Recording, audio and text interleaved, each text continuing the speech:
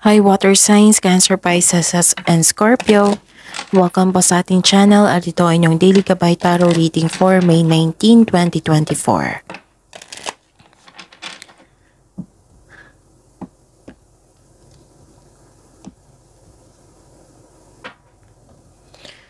Please be reminded kung naka-resonate kayo, comment down. Kung hindi kayo naka-resonate, ibigay niyo po sa iba kasi channel reading po ito. Gamitin ang reading na ito bilang gabay lamang. Please like, subscribe, and click the button for notification para updated po kayo sa daily tarot reading natin. Maraming salamat po.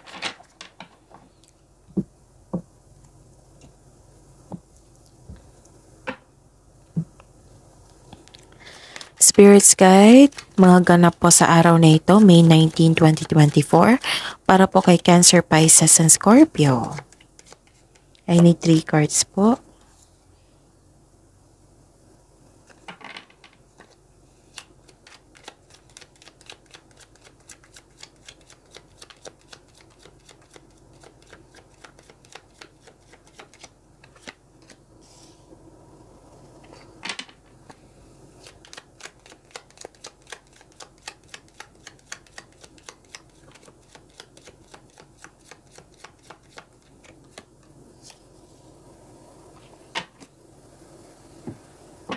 Hingin tayo ng mensahe.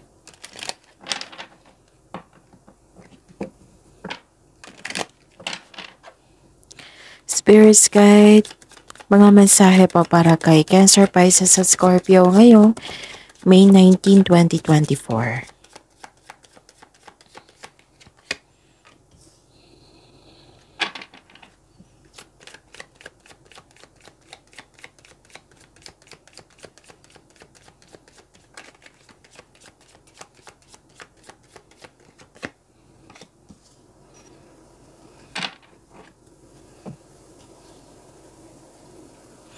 Okay. Cancer, Pisces, sa Scorpio. May nakita ko ditong closure. May nakita kong closure dito. May nakita ko ditong matigas ang ulo, ayaw makinig. Pwedeng stricto. Nahihirapan kayo sa sobrang stricto. Pwede din nahihirapan kayo sa pag-let go kasi nakikita ko dito na may hardship. May transformation po. This is ending with new beginning. Pero stress kayo. Pero don't worry. Before ma-end yung day, nakita ko naman dito na magiging happy ka na magkaroon ng success. Opo. Success, joy, nagkaroon ng good outcome. And I consider this is your lucky day. Yes, may nakita ko dito nag-uusap na family, na buong suporta sa'yo, or na nakakuha ka ng inspiration or motivation from them. At naging okay yung health mo, di ba? Na-stress ka kanina. Ngayon, okay na. May nakita ko dito ng learnings. Oo, nagkaroon ng spiritual and self-development. Nagkaroon ng growth. And some of you nakita ko dito parang nag-aaral kayo, nag-study kayo. Pwedeng self-study. At may nalaman kayong sikreto. Tapos, sabi po dito na think big your future. Kasi may potential po dito itong magtagumpay. Okay? Spirits Guide, ano po ang energy ni Cancer, Pisces, and Scorpio ngayong May 19, 2024.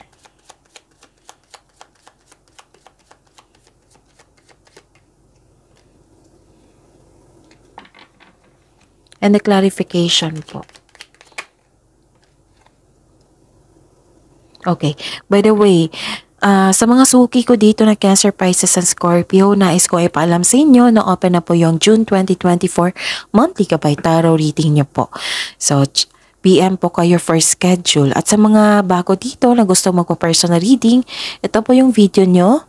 May nakasulat siya na May 19 for Cancer, Pisces, and Scorpio. Sa baba po niyan, may nakapost na link.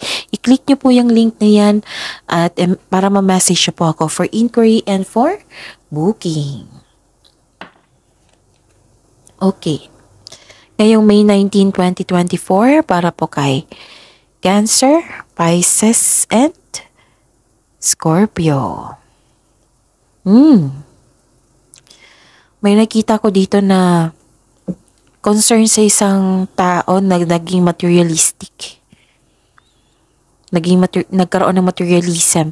Pwede din na sinabihan mo siya ha, kasi may nagsabi sa akin ngayon na sinabihan mo siya na paano ka makapag-ipon niya na naging materialism, nagkaroon ng materialism, naging materialistic ka. May nagsabi sa akin ngayon. Tapos, actually malaki ang trust ng taong to sa inyo.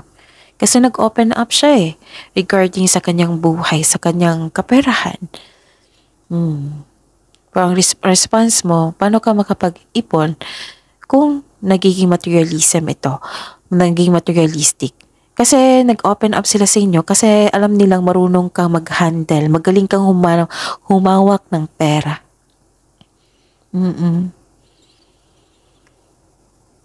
Kasi ang pansin ko kay Cancer, Pisces, Scorpio, hindi lang kayo mabait, kundi good listener din. Good listener, tahimik lang kayo.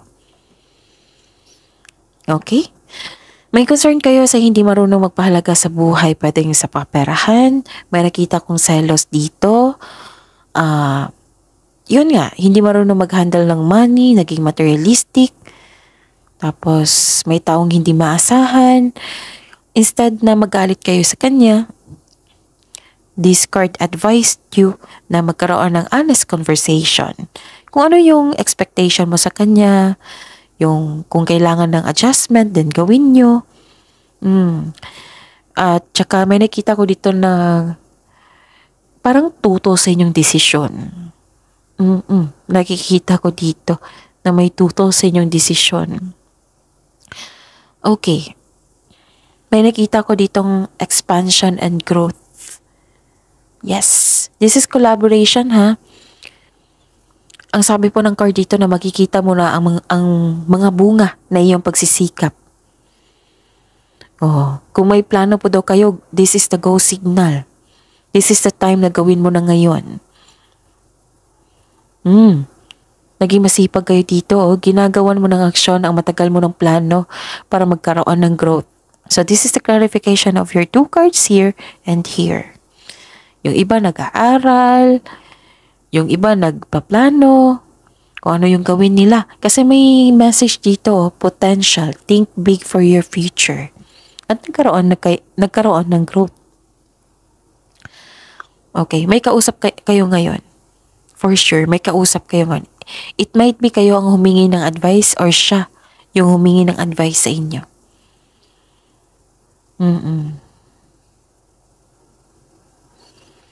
And, okay. May posibilidad din na mag-travel kayo. Or ituloy mo na yung matagal mong plano mag-abroad. Or mag-travel. Oo, for expansion and growth to ha. So, this is the clarification of your card here. Okay.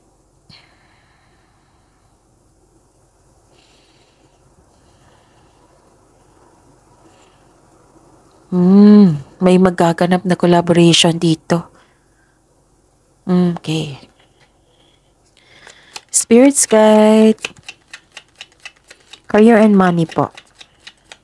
Career and money ni Cancer, Pisces, and Scorpio ngayong May 19, 2024.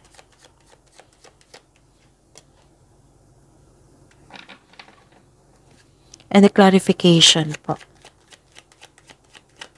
Sa inyong pagpaplano, habaan yung pasensya nyo ha. Kasi baka nainip kayo dito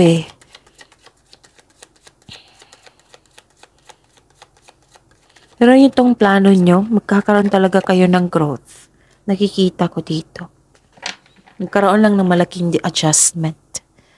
Nakikita ko dito na some of you nag-overthink.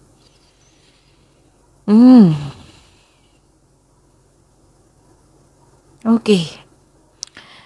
Nakikita ko dito yung hard work nyo. Naging productive kayo sa araw na ito. Busy kayo, maraming movement ako nakita dito. Tapos, pwedeng paglalakbay. Basta movement, transition. Parang hinihingal ako. Oo, busy kayo ngayon.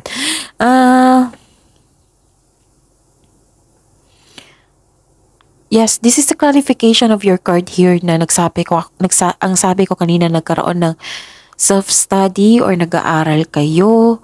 Oh, like for example, nag-aaral kayo ng bagong language or nag-take kayo ng seminar para may makuha kayong impormasyon.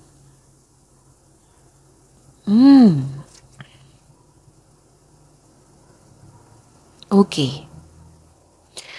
Hard work at dedikasyon sa trabaho o negosyo for financial prosperity.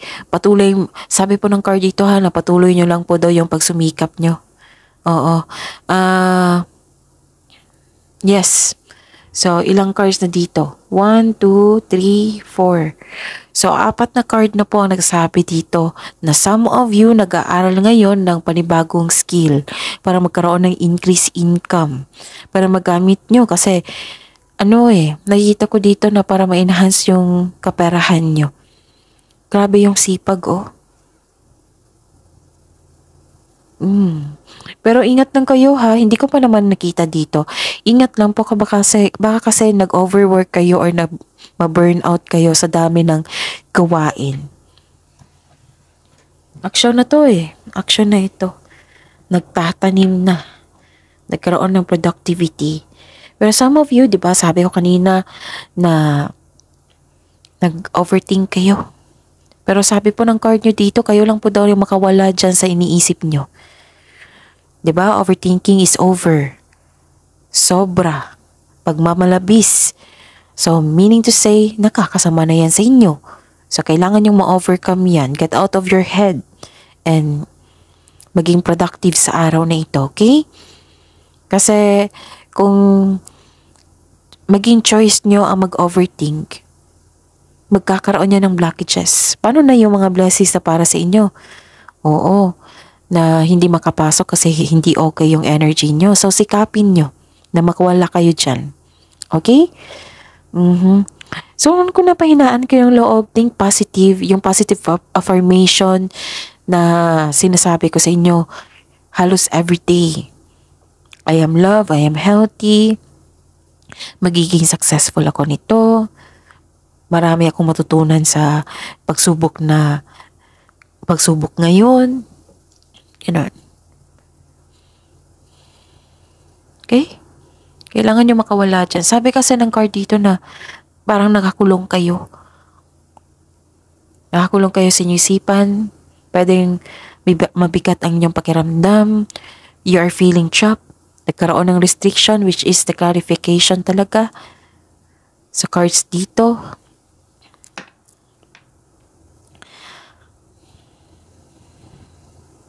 Some of you nagtatrabaho na gusto ng lumabas. Like for example, gusto mo nang makawala, magkaroon ng freedom.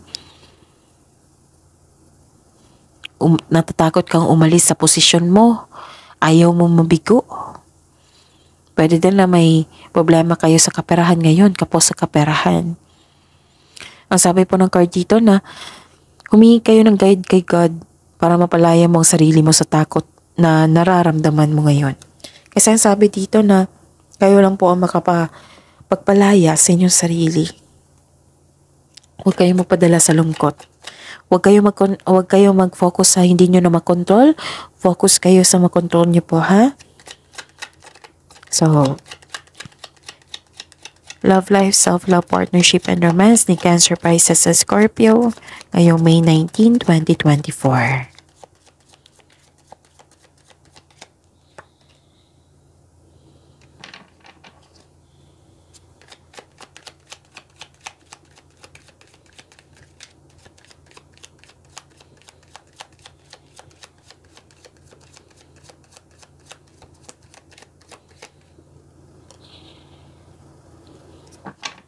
Okay. Bakit kayo nalungkot dito? So this is the clarification of your card here.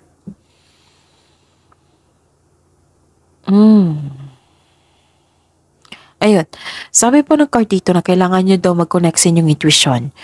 Kung hindi nyo pa alam kung paano mag-connect sa inyong intuition, diniscuss ko ito kahapon, May 18, 2024. So, panoorin nyo po. Okay? Kasi may nakita kong confusion dito and hidden motives. May taong hindi totoo sa inyo. Tapos nakikita ko talaga dito nangingibabaw yung overthinking nyo. Yan yung challenge sa inyo ngayon. Okay? So, connect kayo sa inyong intuition. Kung gusto nyo mag-connect sa intuition na hindi nyo alam, panoorin nyo yung May 18, 2024 nyo. Okay? Ano pa? Don't worry, may nakita naman akong happiness dito and success. Basta willing lang kayong mag-move forward, okay? Kasi natalo kayo sa confusion, confusion, hesitation, sadness. Kailangan ng time for reflection dito. Pero gagawin nyo. Kasi ang lakas yung intuition nyo dito na nagkaroon ng growth. Okay. Ano pa? Okay. Di ba may tuto sa inyong desisyon? May nakita ko dito nagkaroon kayo ng disconnection. Pwede din na may delay sa travel. Kasi mag-travel kayo dito, di ba? Sabi ko dito, may delay po dito. Pero makakahanap ka na magiging okay ka. Oo, i-enjoy mo lang yung moment. So, habaan ng pasensya. Kasi nakikita ko naman dito nakakonect ka na sa inyong intuition, naging happy ka, nagkaroon ng success at development. And buong suporta ng friends and family mo sa inyo. Even your favorite person. Nakikita ko dito. Baka nalungkot kayo, no? Kasi nagkaroon ng delay sa biyahe. Baka may dahilan po yan. So, ayun. Kailangan lang natin intindihin kung bakit may nagkaroon ng delay. Baka nakakabuti yan sa iyo. Enjoy mo lang yung time for waiting. Okay? So, dito pa lang, nag-overthink ka na. Ay, dito pala, dito, hanggang dito. So, overthinking can steal your happiness and opportunity. So, wag magpalabis, wag magpasobra. Kailangan lamang makawala dyan. Tapos, kailangan ng willingness to Huwag kayong magpadala. Okay? So, tingnan natin kung may repeating number.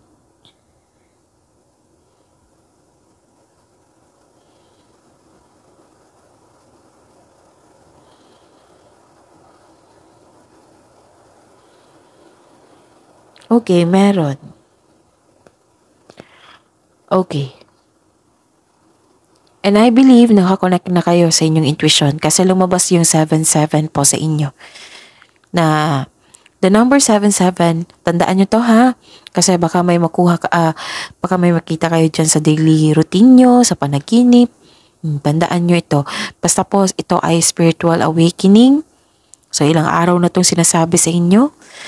Tapos, nakakonect kayo sa inyong intuition dito. Nagka-receive kayo ng inner wisdom. Pwede naka-receive din kayo ng wisdom message from your family. Kasi may nakita kong nag-uusap dito ng family. And nais ipaalam ng universe sa iyo na nasa right path po kayo. Kahit tanungin nyo yung intuition nyo, nasa right path po kayo. For your spiritual growth. Nagkaroon ng realization dito. Okay? Wow. Nasa tama kang path. Okay, so ayun. I think matutuloy naman tong biyahe na ito. Kailangan lang ng mahabang pasensya. Ayusin nyo muna yung dapat ayusin. Yung mga mensahe dito na paulit-ulit na lumabas. So, kailangan yung bigyan ng atensyon yan. Kailangan bigyan ng aksyon kung kinakailangan. At i-take mo yan as a lesson sa inyong journey. Para may matutunan kayo. Kasi baka yan yung dahilan ng universe na kailangan yung pagdaanan. Para may matutunan kayo at magamit nyo sa future. Okay? So that is your reading. Cancer Pisces sa Scorpio. Please like, subscribe, and click the button for notification para updated po kayo sa daily tarot reading natin. Maraming salamat po.